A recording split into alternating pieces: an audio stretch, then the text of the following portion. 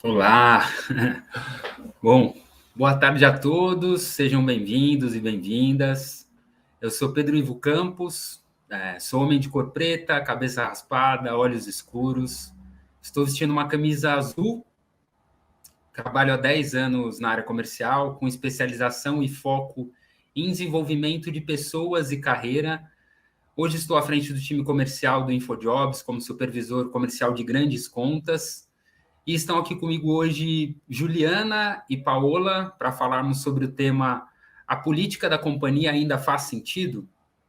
Bom, eu acho que em sua maioria, né, as empresas buscam um foco muito grande no encaixe cultural, muito se fala hoje em fit cultural, em uma maior relação da cultura e os valores da empresa, né? E essa cultura e valores da empresa são, na maior parte, orientados já por um padrão, né? Hoje está tudo muito padronizado em volta disso. Mas será que esse foco não acaba por excluir a diversidade? Será que a gente, sendo orientado só por esses padrões, a gente não deixa de lado um pouco a diversidade e inclusão? Eu quero saber de vocês. Esse é o único caminho? Esse caminho traz em sua essência diversidade e inclusão ou não? E eu quero saber de vocês também como funcionam em cada estrutura que vocês representam. Então, vou passar a palavra à Paola. Olá a todos e todas, boa tarde a todas as pessoas que estão aqui conosco hoje. Meu nome é Paola Cleide Vasconcelos, eu sou uma mulher branca, estatura mediana, cabelo ruivo, olhos azuis. Eu estou vestindo uma camisa de cor azul marinha. Estou aqui no escritório, na minha residência. Atrás de mim tem um quadro, alguns livros e plantas. Antes de comentar sobre isso, Pedro, gostaria de dizer que eu tenho uma formação em psicologia, tenho especialização em administração de empresas, tive a possibilidade de me certificar como conselheira consultiva. Hoje eu atuo como diretora executiva da GT7, que é uma empresa do grupo Todos Empreendimentos. E como voluntária, eu sou embaixadora do capitalismo consciente e mentora do grupo Mulheres do Brasil, ajudando refugiadas a se posicionarem profissionalmente no nosso país. E eu quero também agradecer à plataforma Melhor RH, ao SECOM, ao Márcio Cardial e todo o time que, mais uma vez, nos trazem com maestria um fórum com um tema tão importante no momento atual, não só para as nossas organizações, mas também para a nossa sociedade. Com relação à sua provocação, Pedro, o que eu posso trazer para você é que, por muitos anos, nós fomos chamados, né, e chamadas para apoiar as empresas nessa questão do fit cultural, através de instrumentos que nós pudéssemos medir não só no momento da atração de talentos, mas também em processos de M&A, uma grande preocupação com a questão do fit cultural.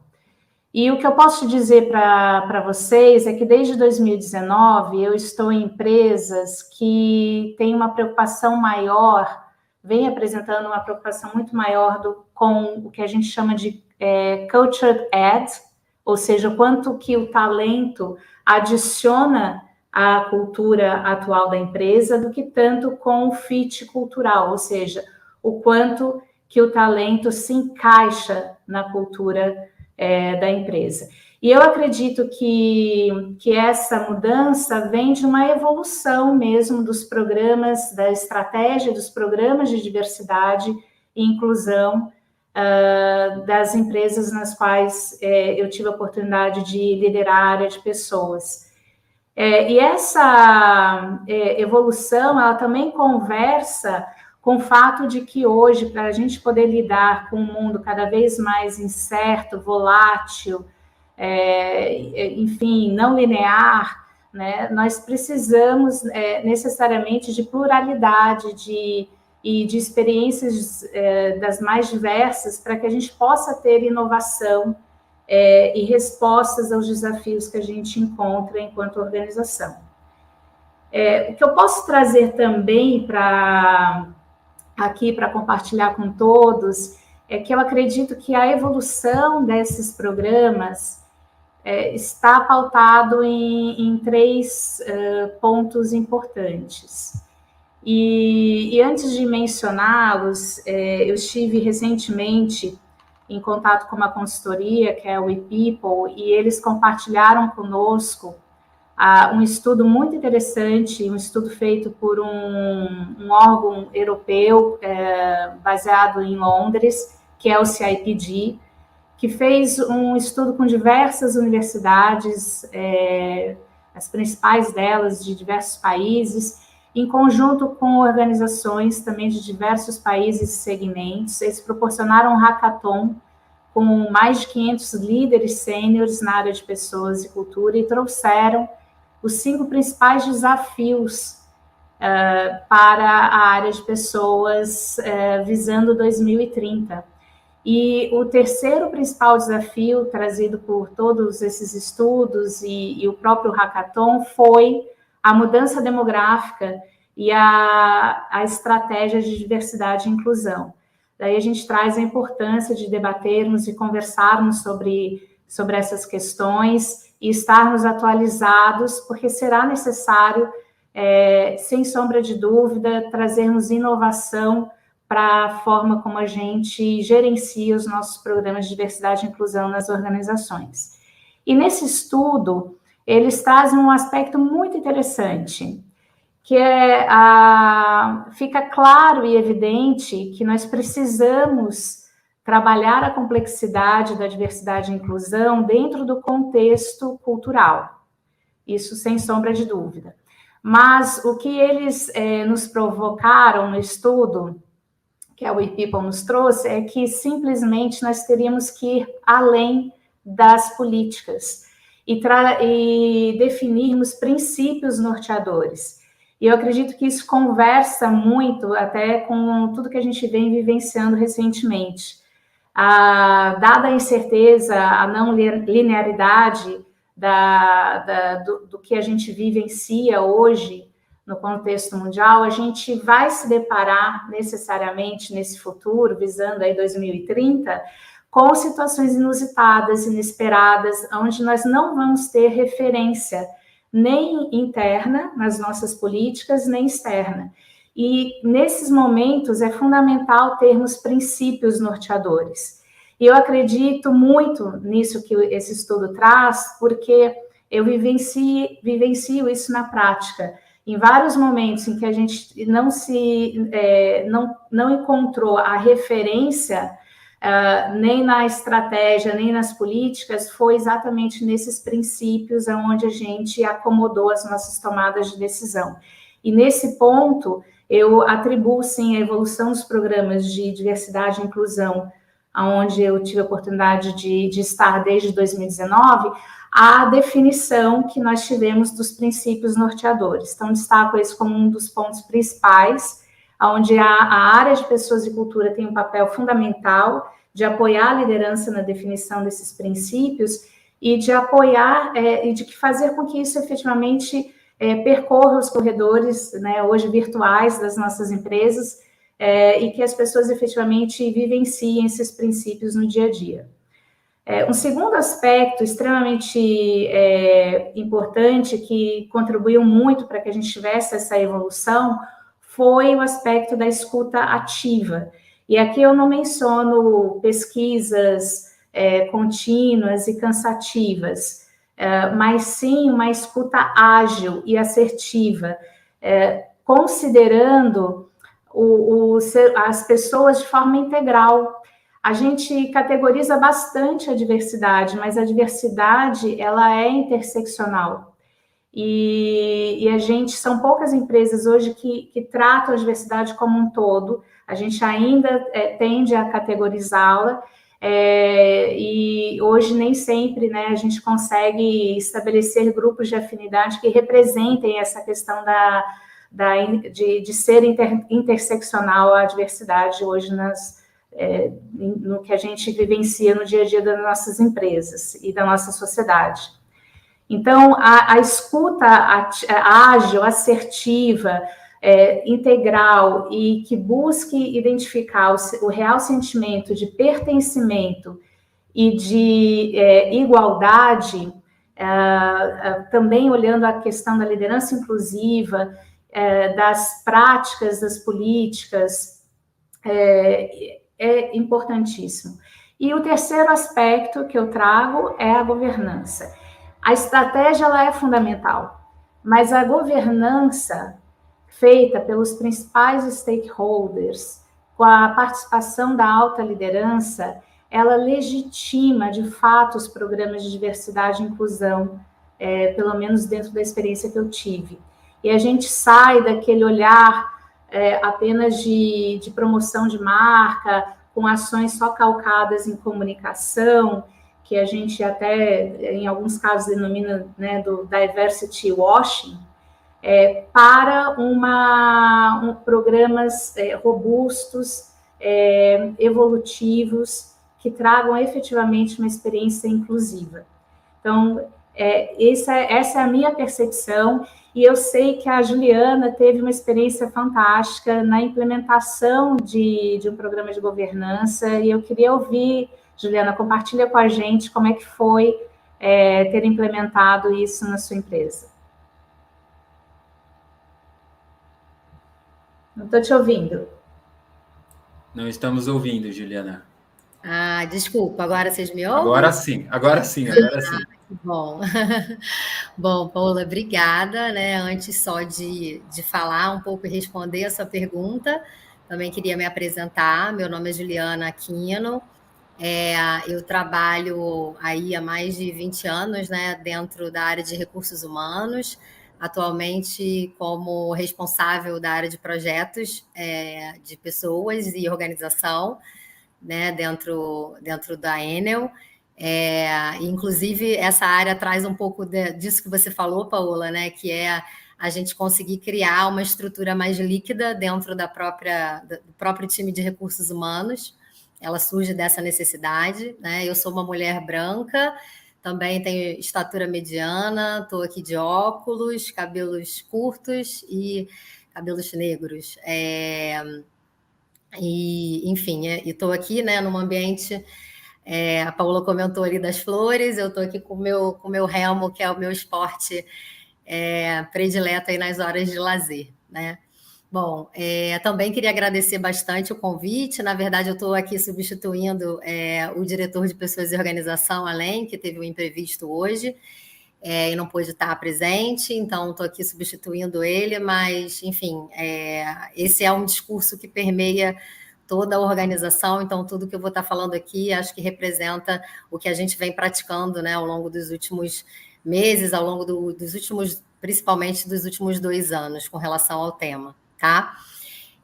Eu acho que a Paola citou algumas palavras, né, que vão permear um pouco da minha fala, porque é o que a gente acredita quando a gente construiu a governança, né? Eu acho que o conceito da escuta, o conceito do pertencimento, o conceito da conexão e dos princípios, acho que é algo que tem que nortear toda e qualquer governança de diversidade, né? Então, essa nossa governança, ela surgiu e ela foi criada através de um processo de escuta. Então, a gente envolveu, né, os colaboradores da empresa, nós lançamos o desafio de contar com essa governança de diversidade, que eu vou explicar um pouquinho mais detalhes como que ela funciona, mas nós convocamos as pessoas a se voluntariarem, a participar, para que a gente pudesse ouvi-las, né, para que a gente pudesse ouvir como que no entendimento delas, né, a gente estava com relação ao tema de diversidade, como que elas entendiam o conceito de diversidade, qual era o nosso estado da arte com relação ao tema e como que a gente poderia fazer para evoluir nesse assunto, né? Então, a gente fez uma série de grupos focais que foram conduzidas com mais de 500 pessoas, né, para que a gente pudesse entender a necessidade dos mais diferentes grupos nos mais diferentes temas. A partir dessa escuta, a gente criou uma comunidade de interesses, uma comunidade de interesses nos mais diversos temas, e também criamos grupos de afinidade sobre os mais diferentes assuntos, né? Sobre gênero, sobre raça, sobre LGBT e mais, sobre a questão de idade. Mas o interessante é que esses grupos, né, eles trazem as suas particularidades, mas eles também têm um fórum onde eles podem estar dialogando exatamente para trazer esse conceito da interseccionalidade que a Paola comentou, né? Ou seja, eles têm um fórum, eles têm um espaço específico para que eles possam ter o lugar de fala de cada um dos grupos, mas a gente também cria fóruns comuns entre eles para que a gente possa trazer esse conceito da interseccionalidade. Esses grupos, eles também contam com sponsors que são membros do nosso comitê executivo, então eu acho que tem todo esse aspecto, né, que a Paola comentou, da relevância dos stakeholders, de como eles apoiam esses grupos no dia a dia. Então eles contam com sponsors, e o principal papel desses grupos, né, que a gente tem a comunidade, que é o grupo maior. A comunidade, ela forma os grupos de afinidade, né, que são grupos onde eu tenho uma representatividade de pessoas por cada um desses temas que eu falei, e o principal objetivo deles é disseminar os nossos princípios internos, né, da organização, mas também trazer os pontos que são relevantes, que surgem dentro dessa comunidade, para que a gente possa retroalimentar, né, essas políticas, retroalimentar esses princípios e entender se a gente está caminhando no sentido do que a gente deseja, né, enquanto organização. Com isso, né, eu entendo que a existência desses grupos de afinidade, dessa comunidade, a gente consegue criar o conceito, né, que a Paola comentou, que é o conceito de pertencimento, é o conceito da conexão entre essas pessoas, né, que eu acho que é tão importante para contribuir para o tema da inclusão. Porque a gente costuma brincar sobre essa questão, né, da diferença aí entre a diversidade e a inclusão, né? A diversidade você convidar para a festa, a inclusão você convidar ali para dançar, de fato. E aí, com esses grupos, com o movimento desses grupos, a gente consegue fazer com que as pessoas realmente assim disseminem as políticas, mas também tragam para dentro de pessoas de organização, para dentro do RH, quais são os temas, quais são as dores, como que a gente pode ajudar a encaminhar os assuntos. E aí, para que esse movimento traga resultados concretos, a gente tem conectado a esses grupos de afinidade o que a gente chama de grupos de projetos. São grupos de projetos que são formados por pessoas da área de recursos humanos, que na nossa empresa a gente chama aí de pessoas e organização, e esses grupos de projetos, eles são responsáveis por implementar ações, implementar projetos voltados para esses temas, né? Então, a gente tem uma série de iniciativas, uma série de projetos que surgem, né, desde uma demanda corporativa, desde uma demanda que é trazida por esse grupo de afinidades, e esses grupos de projetos, eles têm KPIs, eles têm indicadores que são acompanhados, né, mensalmente, e que eles retratam os nossos princípios. Então, para tentar trazer a coisa de uma forma mais concreta, por exemplo, a gente tem alguns KPIs, indicadores, que são voltados, por exemplo, para o tema de gênero. Nós temos um compromisso de contratar, né, mensalmente 50% do nosso quadro de contratações de mulheres. E a gente acompanha isso através desses KPIs e através desse grupo de projeto que estabelece ações específicas para incentivar essa ação. Nós temos um outro KPI também que é relacionado ao nosso plano sucessório na empresa, que deve ser formado também por 50% de mulheres. Então, esses KPIs, eles traduzem os nossos princípios em ações concretas e eles são acompanhados por esse grupo de projetos, tá? Esses grupos de projetos, junto com os grupos de afinidade, eles formam um comitê de diversidade, né, que consolida nessa grande governança, que a cada 3 meses se reúne para discutir exatamente, né, o resultado dessas ações, o monitoramento dessas iniciativas, para que elas possam ser acompanhadas por todos, num movimento que gera aí um círculo bastante virtuoso, onde grupos de afinidade, grupos de projetos se retroalimentam e a gente está o tempo todo revendo nossas iniciativas, nossas ações, o rumo delas, né, o que a gente pode melhorar. E aí a gente acredita, né, que com isso a gente reforça os nossos princípios, que eu acho que é um tema que a Paola também comentou e trouxe, que a gente acredita que é muito importante, e não só reforça, mas traduz eles em ações concretas, traduz eles em resultados, né, para não ficar uma coisa também muito distante da realidade e do dia a dia. E com isso a gente consegue criar oportunidade, porque eu acho que um tema, né, quando a gente fala de inclusão, a gente também está falando de como que a gente pode, de fato, criar e fazer essas oportunidades acontecerem no dia a dia e gerar valor para todos, né? Que eu acho que esse é o principal objetivo, né? Como que a gente pode gerar valor para todas as pessoas, para, né, enfim, em todas as suas pluralidades. Contando um pouquinho aí de forma bem resumida, Paola, o que a gente vem praticando, né, no nosso dia a dia. Não, super interessante. Eu acho que um ponto muito legal que a Juliana trouxe, né, é que ela trouxe uma organização que funciona do início ao fim, né, que já tem esse traçado da diversidade e inclusão muito bem desenhado. Claro que cada empresa tem uma estrutura e cada estrutura demanda um tipo de ação em cada momento, né? Mas trazendo para a realidade, né, do que muito a gente tem visto nas empresas, de aproveitar essa onda, né? Eu até falando do meu lugar aqui, do tema racial, vamos contratar, né? E aí, quando é contratado, não conseguem uma força para manter, porque não há justamente o que a Paola disse lá no início, né? Não há essa ligação pelo princípio, né? Então, eu acho que, assim, na sua totalidade, é muito mais interessante que as empresas invistam tempo em estruturar todos os processos, criarem objetivos claros, fazerem com que as governanças se relacionem com esses grupos, porque 2030 está logo ali. Então, assim, além da diversidade e inclusão, que é um tema novo para alguns, mas já em processo de evolução muito grande para outros, como a Juliana colocou, a gente tem essa diversidade demográfica, como a Paula bem colocou, né? Temos a diversidade geracional, temos a de gênero, a de raça. Então, tem muita coisa acontecendo o tempo todo, e para que a gente canalize e consiga dar um match mesmo, conversar com todos esses passos, a gente precisa do princípio, a gente precisa da escuta, e a gente precisa muito que as pessoas que estão acima se conectem com essas pessoas que estão levantando as bandeiras, assim, digamos assim, né? As pessoas que estão correndo atrás dentro desse assunto. Então, a gente precisa que os diretores, o CEO, conversem, entendam qual a importância disso num futuro muito próximo, né?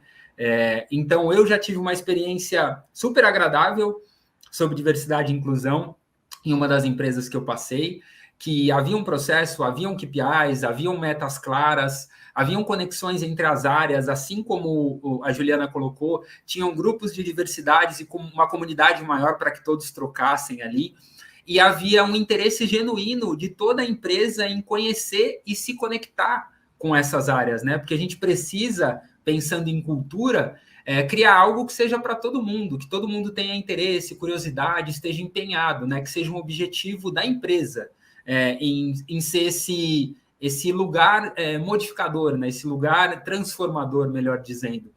Então, eu fico muito feliz, né? Porque eu não tenho essa especialidade, esse foco que vocês bem colocaram ali. Realmente é uma aula estar aqui com vocês, e o nosso papo anterior também foi. Mas eu queria colaborar com esse ponto de vista, né? De quem fez esses processos, de quem enxerga um pouco a situação de diversidade e inclusão hoje. E é muito rico, assim, para mim, e acredito também para quem esteja ouvindo, porque é algo que está muito próximo da gente, né? Se a gente pensar em 8 anos ou antes, né? Porque as transformações acontecem no processo, né? Elas não é daqui 8 anos, né? daqui a um ano acontece uma coisa, 2 acontece outra, então achei muito bacana a estrutura que a Enel tem hoje e todas as novidades que a Paola trouxe aqui para a gente, né? E eu acho que a grande vantagem, assim, a grande vantagem que eu vejo muito também, né, na governança, assim, é como que a gente consegue manter essa chama acesa, né? Assim, é uma forma da gente manter essa chama acesa, porque a gente sabe que a organização se renova, né? A gente, nos últimos 2 anos aí, só contando da pandemia para cá, a gente contratou mais de 2.000 colaboradores, né, por projetos de expansão da empresa, etc. Então, a governança, ela, de alguma forma, ela contribui muito para que essa chama ela fique acesa, ela fique viva, ela fique ali, né, sendo lembrada pelas pessoas, pelos membros dos grupos de afinidade, pelas pessoas que fazem parte da comunidade.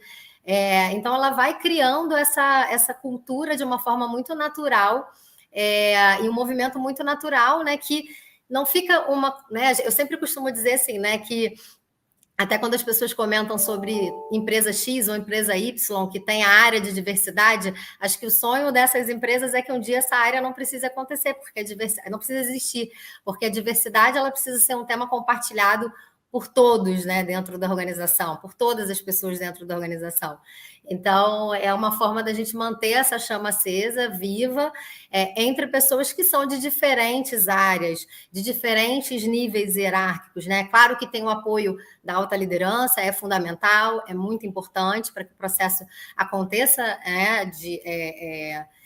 de cima para baixo, mas também de baixo para cima, também que seja bottom-up, né? E que também envolva todas as áreas, todos os níveis hierárquicos, enfim, todas as pessoas da organização, para exatamente trazer, ser fidedigno ao que a gente está ali pregando, né? Que é o conceito da própria diversidade em si, né? Acho que vocês trazem, e a experiência do Pedro fica muito evidente quando não é verdadeiro. Né? Assim, o talento percebe até no processo seletivo de que aquilo apenas é um discurso sem uma prática aliada a esse discurso e que o foco é no resultado, não na geração de impacto, no valor compartilhado. Então, há uma desconexão, né? E aí isso fica, eu acho que a palavra é verdade, né? Precisa ter uma verdade, precisa ser genuíno, precisa do envolvimento de todos. Não é um programa da área de pessoas, é um programa de todos. E eu acredito que vá além das fronteiras da própria organização, envolve vários stakeholders, é um tema social importante, se a gente considerar ainda a diversidade de pensamentos, né? Então, eu até vi numa pesquisa, né, falando que vivemos uma era de mudança, na verdade é uma mudança de era, é a era da diversidade, de inclusão, igualdade e inclusão, e eu inseriria que fundamental para isso é que seja uma era da tolerância, né, e da empatia e da permissão, né, para o diverso, para o diferente, daquilo que eu sou e daquilo que eu acredito. Eu acho que eu entendo e que é um movimento que se inicia. Cada um está num grau de dificuldade diferente. Eu vejo empresas que querem a diversidade de gênero que você coloca, Juliana, mas não possuem nem a infraestrutura necessária, né, para acomodar. Então, assim, ainda estão investindo em infraestrutura ou em tecnologia. A grande maioria dos programas e universidades estão se adequando porque não estão adaptadas a uma série de aspectos da diversidade que são necessários. E então cada organização está num grau diferente de evolução. E eu acho que a gente comentou muito, né, quando nós conversamos anteriormente, de não trabalharmos no ou, mas no e, né, da gente efetivamente somar para multiplicar, e que a gente possa ter em diversos momentos também dentro da mesma organização, você tem momentos distintos de maturidade. Você tem os early adopters, né, aqueles que vão rapidamente a abraçar e outros que não vão abraçar aquela causa, não vão se envolver como deveriam, e tudo bem, faz parte desse processo. Acho que é importante também frisar isso. Eu acho que a gente está chegando aí já, vindo aí para uns momentos finais, né? Vocês querem fazer uma consideração? Só complementando o que você falou, né? É uma questão até de coerência, né? No sentido de que buscar essa coerência, né, é muito mais importante, porque realmente o que você falou, vão existir níveis diferentes, né? Mas os princípios, eles é que devem pautar, né? Então, eu vou dar um exemplo, né, trazendo aqui no concreto também, né? A gente revisitou o nosso modelo de trabalho para um modelo híbrido, onde as mães e pais, por exemplo, de crianças até uma certa idade, eles têm um grau de flexibilidade maior no modelo híbrido, né? De ter uma necessidade de estar presencialmente menos dias, por exemplo. Assim como pessoas com deficiência, enfim, assim como outras questões aí de diversidade, né? Então, é isso que a gente busca, né? Eu acho que tem que buscar. Se eu tenho aquele determinado princípio, as ações que eu vou implementar, às vezes eu não vou ter aquele manual de instrução de como vai ser. Travou para mim, travou para... Tá Ju, você está voltando. Acho que a Ju está... para o princípio. Desculpa, gente, voltei. Não, por nada, agora voltou. Mas acho que você traz um ponto, Juliana, importantíssimo, que é a singularidade, né? A gente trabalha a pluralidade e a singularidade também, né? Então, cada vez mais experiências personalizadas, né? A personalização também das soluções, tão importante, e como tendência, né, para a nossa sociedade e para as nossas empresas também. E eu acho incrível o que a Juliana colocou. Às vezes tem coisas que você escuta que brilham os olhos, e essa de uma singularidade, né, de pensar realmente naquele tipo de colaborador é muito transformador, porque quando a gente padroniza algo, por mais que tenha um humano ali, a gente acaba robotizando um processo, né, uma etapa. E quando a gente olha para um todo, como a gente teve que olhar anos atrás, né, por conta da pandemia, a gente vê que cada um precisa de um olhar diferente, né? E eu acho que a gente entender isso já é um passo enorme para a diversidade. E por que eu estou trazendo isso também nesse momento, né? Que a gente escutando, ou muita gente que está acompanhando, escutando o que a gente está falando, podem pensar, não, eu estou atrasado, eu estou no tempo, eu estou adiantado. Eu acho que cada um vive um processo, cada empresa tem uma estrutura. O interessante é que todos estejam atentos às coisas que estão acontecendo, né? E em cada modelo que existe dentro da sua estrutura, consiga aplicar aos poucos, né? Consiga enxergar aos poucos, consiga estudar, ir atrás, porque às vezes essa estrutura que a Juliana trouxe da Enel, por exemplo, é para uma empresa muito grande, muito robusta, que tem muitas cabeças pensantes e que estão provavelmente alguns ou muitos passos à frente, né? Então, se no local em que você trabalha cabe um pensamento embrionário, né, do início, é muito interessante que a gente faça, né? Por exemplo, isso de pensar nas pessoas que têm filhos, terem uma flexibilidade maior em relação ao horário. Então, essa singularidade, assim, é algo muito precioso para esse momento de transformação que a gente vai continuar vivendo e vai continuar transformando, então acho muito valioso isso. Perfeito. Perfeito. É interessante que você colocou, você falou de educação, a gente precisa, né? Às vezes o início é esse, né? Só de conhecer, entender os vieses inconscientes também que todos nós possuímos. Cada dia a gente está aprendendo alguma coisa nova. E é importante acompanhar. Eu acho que você coloca um ponto aí muito, muito importante, Pedro.